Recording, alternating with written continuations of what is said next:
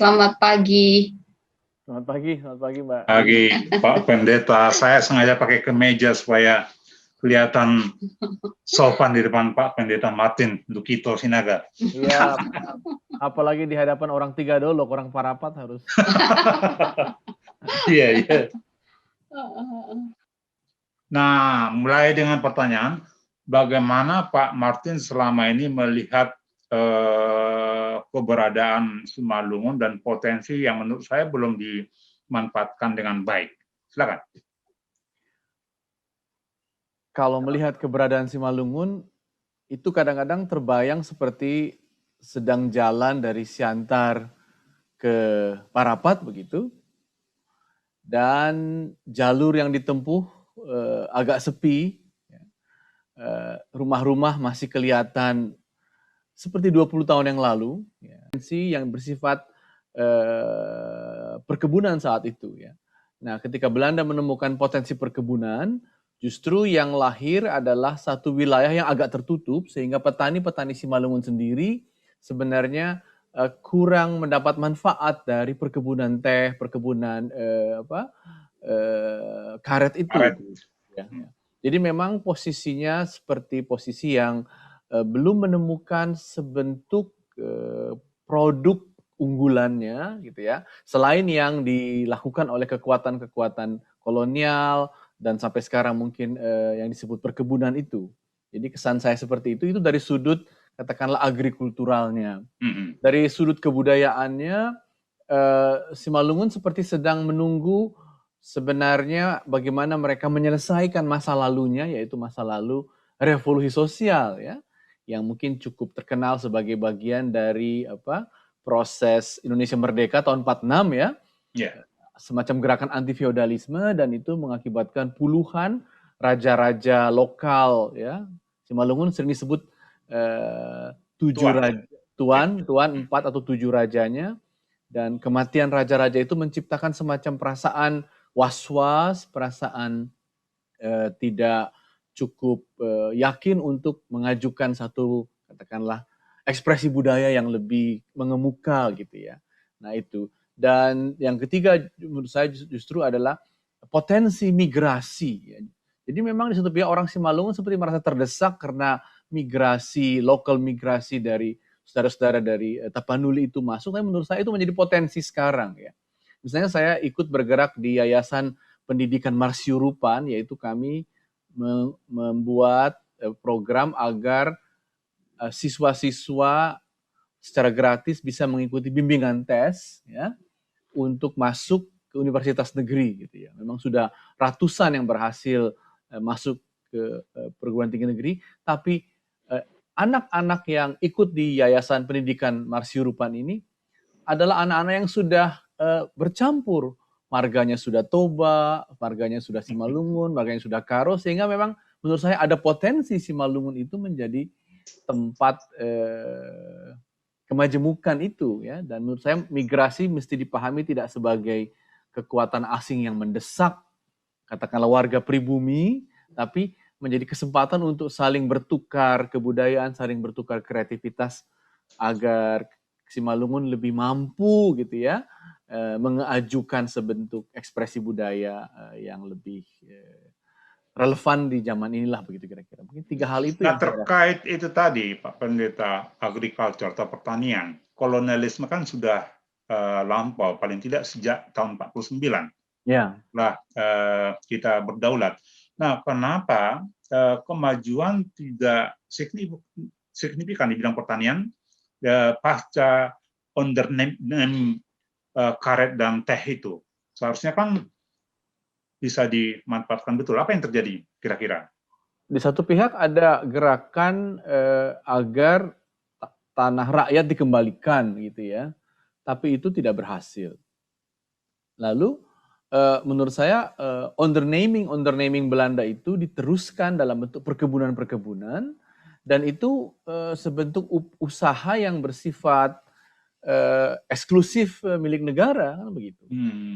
Sehingga kepada rakyat tidak terjadi proses alih teknologi atau apa yang sering disebut dulu program pertanian dengan pengembangan swadaya masyarakat sama sekali nggak ada. Jadi masyarakat tetap berjuang sendiri ya dalam hal-hal itu. Artinya bahwa apa yang dilakukan oleh penjajah kolonialisme itu masih berlanjut begitu, hanya stakeholdernya yang berbeda begitu Pak? Menurut saya strukturnya memang struktur yang sering disebut dualisme ya, seperti Bauke itu ya. Dualisme ekonomi, dualisme ekonomi itu strukturnya dipertahankan, jadi tidak terjadi plasma inti plasma itu yang mengembangkan pertanian rakyat tidak terjadi. Bahkan ada riset ya dari seorang Belanda ya mengatakan seorang Jerman mengatakan bahwa yang terjadi adalah ketika masuknya ekonomi pasar, maka petani-petani Simalungun hanya bisa bertahan dengan prinsip subsistennya gitu loh. Jadi belum terjadi satu proses adaptasi atas struktur baru ekonomi yang lebih komoditas ya. Jadi produksi komoditasnya terhalang ya. Mungkin akhir-akhir ini dengan jeruk ya, dengan jahe, tapi itu pun hanya sebagian kecil saja yang mampu memanfaatkan perkembangan ekonomi komoditifikasi pasar hari-hari ini. Basis ekonomi Simalungun pertanian ya? Ya, pertanian. Ada perikanan itu ya. Nah, kira-kira komoditas pertanian apa yang paling cocok untuk kawasan ini? Yang sebenarnya sangat subur, selain teh, karet, jeruk, jahe. Akhir-akhir ini muncul komoditas kopi ya. Dan kopi itu ternyata juga mengalami katakanlah persaingan di satu pihak, dan yang kedua proses pengolahannya masih terhalang karena teknologi pengolahan kopi kan semakin hari semakin canggih ya. Dan itu tetap tergantung kepada kekuatan modal mungkin di kota Pematang Siantar atau di Medan begitu. Nah, kalau memodernisasi agriculture yang ada di Simalungun itu kendala utamanya apa ya Pak? Kalau selama ini masih tadi Pak Martin bilang subsistence. Artinya sebenarnya itu kan dengan era teknologi IT sekarang bisa dilakukan lebih masif ya, lebih modern gitu. Apa sebenarnya yang terjadi ya Pak? Ya, teknologi IT kan hanya pada level distribusi ya, mungkin bisa mempercepat ya, memotong garis middleman itu ya. Namun pada dirinya sendiri, menurut saya di pihak lain karena besarnya lahan yang telah diambil oleh perkebunan yang dulu undernaming itu, sehingga petani-petani kita juga mengalami katakanlah keterbatasan lahan. Nah, jadi yang kedua mungkin memang teknologi itu tidak datang karena faktor-faktor, saya memang tidak terlalu tahu, dugaan saya faktor-faktor politisnya begitu. Artinya pemerintah sebagai satu-satunya kekuatan yang paling mampu ya tidak secara sistematis melakukan hal itu. Misalnya ya, sejak saya kecil, sejak saya umur SD, SMP, SMA sampai sekarang ini hampir 35 tahun, tiap tahun persoalan Simalungun itu ke kampung saya itu adalah jalan yang rusak gitu. Sampai hari ini. Jadi infrastruktur fundamental saja pun belum bisa ada. Alih-alih ya satu proses pengembangan teknologi yang lebih relevan ya. Jalan di kawasan raya kan udah bagus. Selalu rusak. Selalu rusak. Selalu rusak. Iya. Ada kaitan dengan gubernur yang menggunakan helikopter. Bupati lama, JR. Ya, dia menggunakan helikopter sekali, lalu membuat lapangan udara, tapi sekali aja. Setelah itu lapangan udaranya nggak pernah lagi sekarang. Bahkan kerbau katanya di situ lebih senang berkubang untuk. Itu Pak Martin, kalau persoalan luas tanah, apakah tanah-tanah ulayat di daerah Simalungun itu sudah potensinya sudah dimanfaatkan gitu Pak? Ini kaitannya dengan penguasaan tanah oleh negara? Saya kira gagasan tanah ulayat hampir nggak terdengar di Simalungun ya, karena memang konsesi yang diberikan oleh raja-raja dulu itu ya kepada kolonial sehingga rakyat itu mengambil tanahnya tanpa proses marga atau apa gitu. Jadi karena Nah, si Damanik misalnya sejak lama terkenal dengan teh dan nanas, ya. Nanas itu apakah produksi rakyat atau perkebunan? Kebanyakan itu perkebunan ya. Rakyat hanya hidup di pinggir-pinggir itu untuk mencoba ya, meniru gitu ya. Dan itu apa? Dan itu hasilnya memang sekali lagi bersifat subsisten saja. Ini kan cukup memprihatinkan ya Pak ya. Apakah isu ini pernah disampaikan gitu lewat anggota DPRD setempat maupun DPR soal pembagian lahan bagi masyarakat lokal ya, supaya hidupnya tidak subsisten, artinya bisa lebih baik gitu? Ya, saya pernah mendengar ada namanya dulu UPAS, upaya-upaya pengembalian aset rakyat Simalungun ya, gerakan itu, tapi menurut saya itu menjadi gerakan sosial yang tidak menghasilkan katakanlah proses alih kepemilikan atau minimal proses pemberdayaan petani-petani. Jadi memang agak terlantar situasinya dan mungkin kita harus bertanya kepada yang lebih mendalami secara mutakhir ya masalah-masalah ini ya. Ada sejumlah lembaga sebenarnya Pak Pendeta yang bisa menyuarakan aspirasi rakyat Simalungun. Yang pertama dan terpenting menurut saya adalah Gereja Kristen Protestan Simalungun, GKPS. Karena ini otoritas yang sangat dipercaya oleh rakyat. Lalu lembaga semacam Partua Maujana, tokoh-tokoh adat gitu ya. Nah, apa yang dimainkan oleh dua lembaga ini sampai hari ini menurut pengamatan Pak Pendeta? Apakah cukup penting?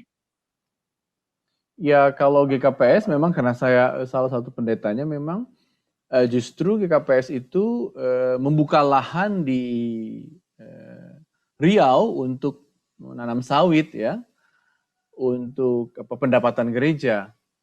Jadi dulu GKPS punya yang disebut PELPEM ya, yaitu pengembangan pertanian dan berhenti pada level memberi katakanlah air bersih kepada kampung-kampung itu.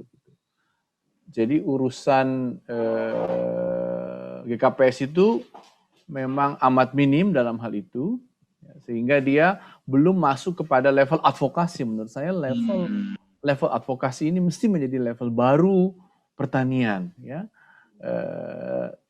Nah, yang kedua Partua Maujana memang lebih bersifat menurut saya agak eksklusif mengurusi katakanlah bagaimana menyelenggarakan pesta perkawinan yang sesuai dengan adat. Bagaimana struktur-struktur keluarga itu dipertahankan, belum melihat kaitan adat Simalungun, budaya Simalungun dengan tanah, dengan hal-hal yang lebih bersifat katakanlah peri kehidupan petaninya, tapi dia menjadi agak. Nah, Dasolen Desten, Pak Martin sering ngomong seperti itu. Kalau dua lembaga ini belum banyak bicara, lalu alternatifnya lembaga yang mana menurut Pak Martin? Ya, agak sulit sekali memang. Saya merasa bahwa lembaga swadaya masyarakat atau lembaga yang bersifat gerakan kemasyarakatan itu hampir tidak ada di Simalungun ya. Media semuanya juga betul-betul berporos kepada kekuatan katakanlah kekuasaan lokal gitu ya.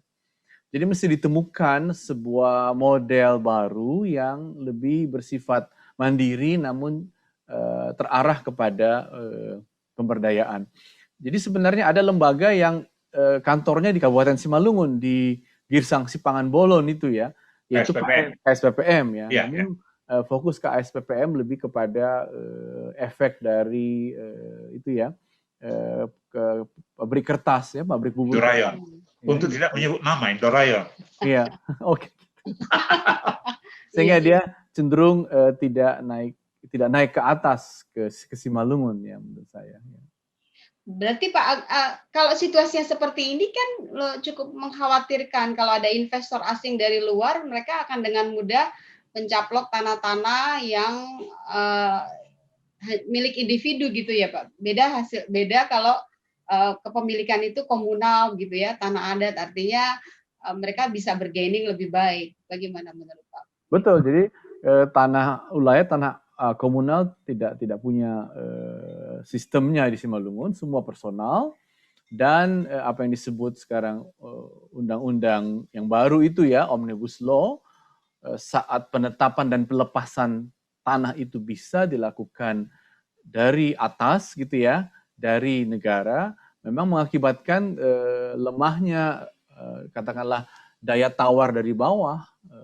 Jadi memang ke depan ini akan menjadi tantangan yang semakin berat menurut saya di Simalungun khususnya. Ya betul itu. Ya. Ada kawan muda, barangkali Pak Pendeta juga mengenal, Sinaga, dia lulusan ITB, yang kemudian pulang dengan sukarela ke Siantar dan mencoba berkegiatan di sana, fokusnya pada budaya. Pertanyaan saya adalah, apakah orang muda semacam itu masih sedikit atau sudah semakin banyak di sana? Sedikit malah. Sedikit ya?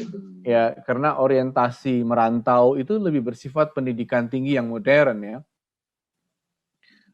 Dan apa yang disebut sinisme kultural juga berkembang, terutama misalnya dengan politik yang bersifat for sale itu ya. Dan menurut saya lembaga-lembaga, jadi kompetensi lembaga-lembaga di Simalungun itu memang tidak signifikan, lalu kulturnya menjadi kultur yang agak sedikit sinis atas pengembangan diri, dan itu juga berdampak pada kesulitan menemukan orang-orang yang punya komitmen untuk mengembangkan sesuatu, dan sulitnya menemukan produk-produk budaya atau juga produk-produk agrikultur yang lebih signifikan untuk Simalungun. Jadi ada perasaan kami ini akan begini terus karena kami sudah begini terus hampir 40 tahun terakhir. Oke. Pesimis ya. Jadi kalau ajakan untuk mengajak kaum muda pulang kampung membangun desa populer nggak Pak kira-kira di era sekarang ya? Karena sekarang kan juga di beberapa daerah terutama di Jawa itu kan justru anak-anak mudanya pulang kampung membangun desa, berkreasi sehingga desanya bisa hidup begitu. Mereka menggunakan IT. Iya. Yang menurut saya sayang sekali tidak populer, jadi dibutuhkan satu intervensi yang cukup signifikan. Mungkin kalau kita ke daerah Tapanuli tiba-tiba ada airport Silangit gitu kan ya. Itu kan intervensi yang seperti membuka ya ruang tertutup menjadi terbuka. Nah, intervensi yang bersifat sedemikian dibutuhkan. Intervensi asing katakanlah dalam undernaming perkebunan itu justru tidak bersifat menggerakkan ya.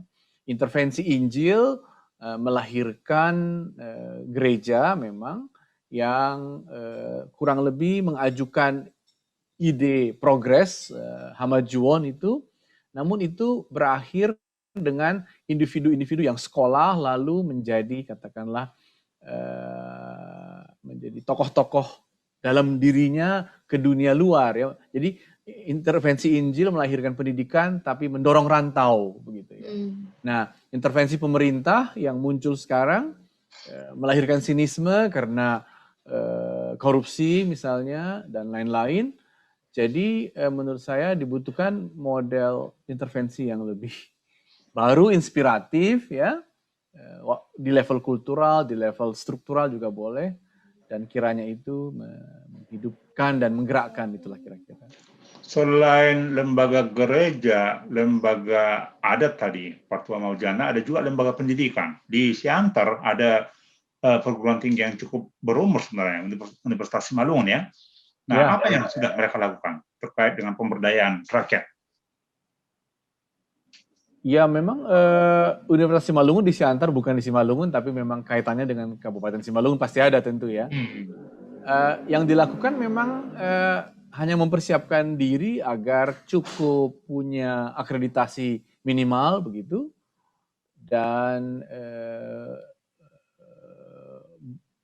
menurut saya secara umum dia pendidikan yang belum mengajukan sebentuk katakanlah terobosan yang besar. Memang ada jurusan perkebunan, tapi menurut saya itu belum cukup kelihatan ya efeknya, dampaknya bagi pergerakan untuk Kabupaten Simalungun itu.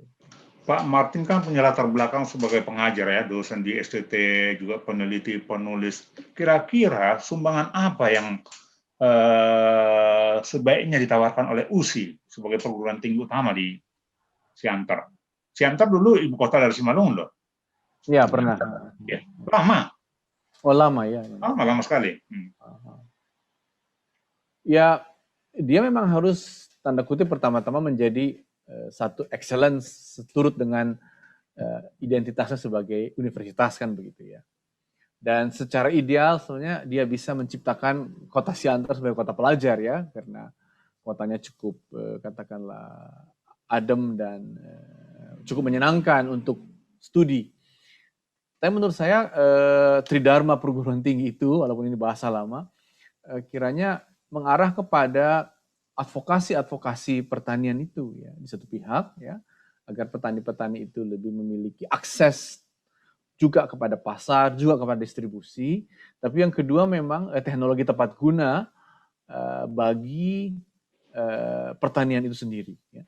Menurut saya problem terbesar pendidikan di Sumatera Utara adalah gairah belajar yang luar biasa, tapi melahirkan kultur rantau, kultur sukses untuk katakanlah mengimbangi Jakarta begitu ya. Belum melahirkan kultur mengembangkan mandiri tapi berteknologi tinggi. Jadi menurut saya di situ letak pentingnya USI ke depan ya. Artinya mindset-nya itu masih kalau pulang kampung dianggap gagal gitu ya Pak? Sukses itu diukur dari seberapa jauh mereka merantau, gitu Pak? Ya kurang lebih ya. Oke. Dan mungkin tradisi membawa mayat ke kampung juga masih kuat ya. Dan ketika membawa pulang ke kampung kan ya membawa tanda-tanda keberhasilan juga kurang lebih ya. Jadi itu menciptakan ya isyarat bahwa kalau kau merantau maka kiranya hasilnya bisa kau tunjukkan pada waktu-waktu tertentu ya, Natal atau waktu. Tapi sekarang kan pemerintah sedang menggalakkan dan perhatian pemerintah begitu besar ya Pak kepada Provinsi Sumatera Utara. Kalau Pak Pendeta sendiri melihat masa depan Simalungun dengan keterbukaan dan infrastruktur yang dibangun di sana besar-besaran, bagaimana Pak? Ya sebenarnya itu optimis, apalagi keterbukaan pada lintas buka yang baru, pendidikan gereja menjadi gereja dan tanda sukses, tanda kalau ada gerakan sarjana jadi desa, di gereja pun dikembangkan putra-putra terbaiknya dengan subsidi yang signifikan.